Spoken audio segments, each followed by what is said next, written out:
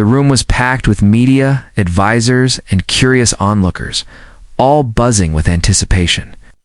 The event, initially promoted as a discussion on leadership and education, had taken a sudden, sensational twist when Donald Trump, with his trademark bravado, challenged Congresswoman Jasmine Crockett to an IQ test live on stage. The challenge was unprovoked and delivered with the kind of smirk that had accompanied many of Trump's past taunts.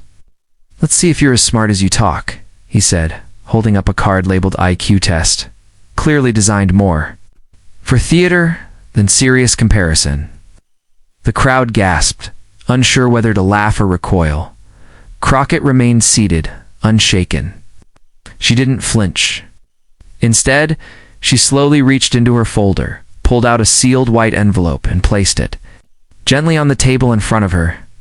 "I think this speaks for itself," she said calmly, her voice barely above a whisper, but powerful enough to silence the room.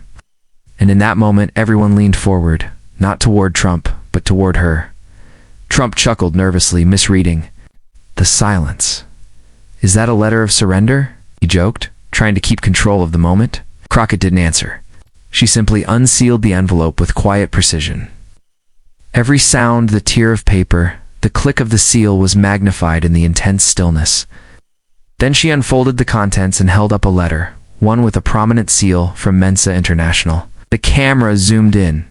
It was a certification, signed and verified, noting Jasmine Crockett's official membership in the High IQ Society, with a tested score that placed her in the top percentile of global intellects. The air shifted immediately. Out. Trump blinked, his expression hard to read. Crockett turned the paper toward him and said softly, "I was tested 4 years ago, scored in the 98th percentile. Oh. This isn't a game to me. Intelligence isn't performance, it's preparation." The audience broke into stunned applause. Crockett wasn't proving a point, she was closing the book on the insult before it began. For a split second, Trump looked like he might respond. With his usual deflection, maybe a joke about testing standards or bias, but before he could speak, Crockett continued, "I don't engage in contests of ego, but I do value truth. And since you brought testing into this space, let's discuss. What really matters? Emotional intelligence, ethical intelligence, and leadership under pressure." Her words struck harder than any number could. She wasn't just calling out his challenge, she was reframing it entirely. Trump's confidence faltered as Crockett seamlessly transitioned from her own credentials to policy, citing specific examples where understanding complex issues mattered more than scoring high on a standardized test. Her voice didn't rise. Her tone never shifted into mockery, but her clarity was cutting. It wasn't just that she had the credentials, she had the wisdom to use them with purpose. Trump, momentarily stunned, tried to interrupt, but Crockett held firm. "You asked for a measure of intelligence? I just gave you one. Now let's talk substance." The moderator, sensing the weight of the moment, asked if Trump would like to respond. He chuckled again, now visibly rattled, and said something about having great genes and very stable genius status. The words fell flat. Crockett remained composed. She then opened a small folder beside her and began referencing past statements where Trump had misunderstood constitutional law, misrepresented economic data, and made critical errors in foreign policy interpretation. Each point was paired with corrected information and sources, all clearly prepared in advance. It was as if she had expected this exact challenge. Her foresight was chilling. The audience sat in stunned silence, watching Trump's body language shift from smug to stiff. No comeback was coming, not because he lacked the stage presence, but because Crockett had neutralized the show entirely. This wasn't a sparring match. It was a seminar, and he'd stumbled in without doing the reading. In an unexpected turn, Crockett concluded her list of corrections with a quote not from a political figure, but from Albert Einstein.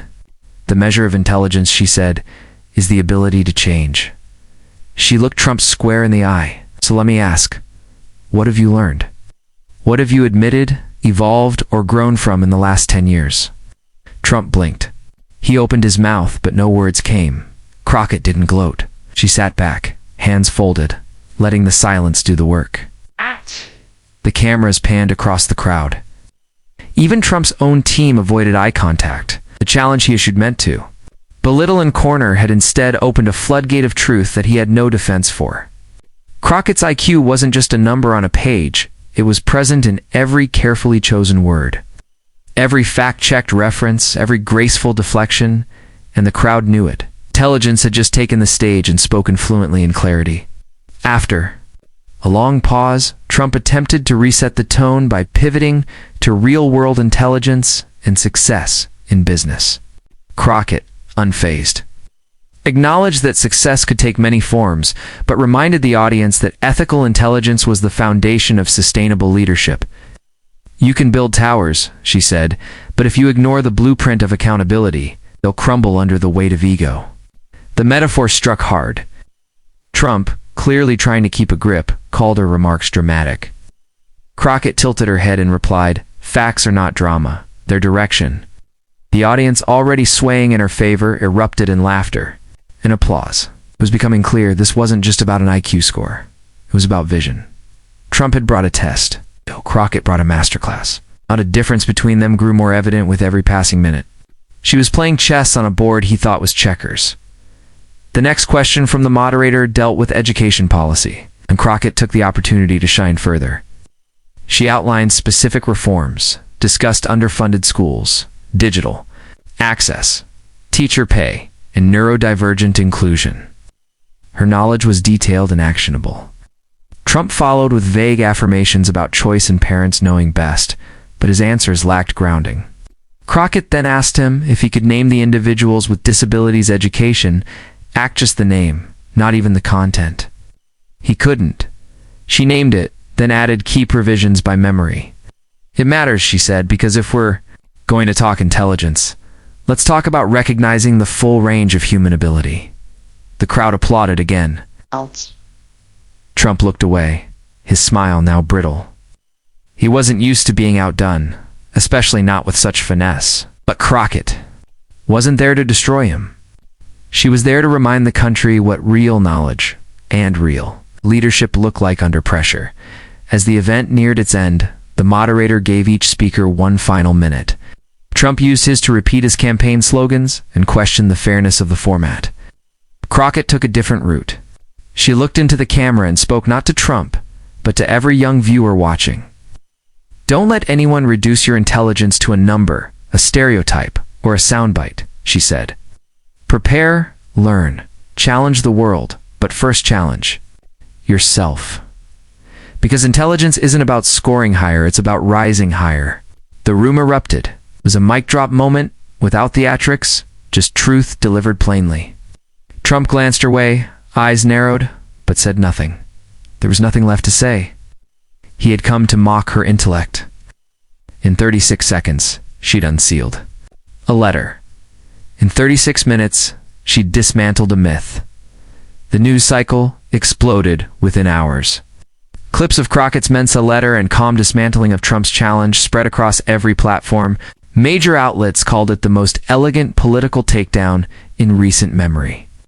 Analysts across the spectrum couldn't ignore it. Even critics of her politics acknowledged the composure and precision she brought to the moment. Meanwhile, Trump's team scrambled to control the narrative, suggesting the test was just a joke, though no one seemed to believe it. The nation had seen too much. It watched a woman humiliated publicly and respond with evidence, eloquence, and purpose. The symbolism of the sealed envelope, quiet, unassuming, yet devastating, captured the imagination of millions. Intelligence had won the day, not with volume, but with verification. And Crockett. She didn't even tweet about it afterward. She let the facts speak. Weeks later, when asked if she would ever debate Trump again, Crockett simply said, "I don't debate for sport. I speak for purpose." The comment cemented her in the eyes of many as a new kind of public figure, one who didn't just fight back, but rose above. The envelope, now iconic, was framed and placed in her congressional office, not as a trophy, but as a symbol of staying ready. In one short exchange, Jasmine Crockett didn't just crush an insult, she elevated the conversation. She reminded the world that preparation, humility, and truth are the highest forms of intelligence. Trump's challenge may have lasted 36 seconds, But her response will be remembered far longer. Because in that moment, power didn't shout, it unfolded, sealed in truth, and opened with dignity.